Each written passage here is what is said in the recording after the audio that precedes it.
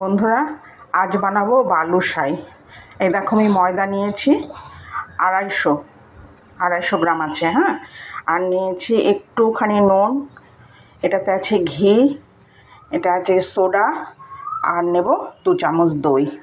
এই দিয়ে বানাবো। এই যে সব কিছু দিয়ে দেখো এরকম আমি ঝুরঝুরে করে নিয়েছি। এইবার আমি জল দেব। কতটুকু জল দেব বলো তো?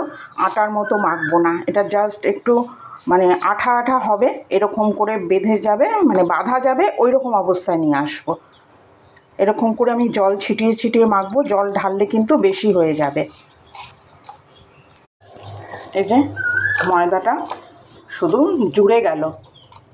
হ্যাঁ বন্ধুরা, এই যে আমি বানিয়ে মানে এটা মেখে আমি 10 মিনিট ঢেকে রেখে দিয়েছিলাম। হ্যাঁ, আর এদিকে দেখো কড়াইতে আমি তেল চাপিয়ে দিয়েছি। তেল তো বেশি গরম হওয়ার দরকার নেই, ঠান্ডা তেলে এগুলো দিতে হয়।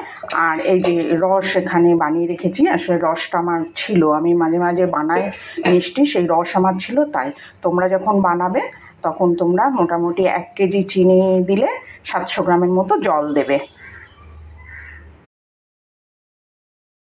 এই যে এবার আমি বানাতে শুরু করে দিলাম। বেশি গোল করার কিছু করার গাটা মসৃণ কোনো দরকার নেই, শুধু এরকম করে একটু গোল করে নিয়ে এই যে মাঝখানে এরকম করে দিলাম, দিয়ে আমি তেলের মধ্যে দিয়ে দেব।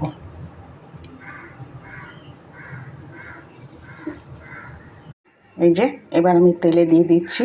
দেখেছো তো, তেল একদমই বলতে গেলে একদমই ঠান্ডা তেল।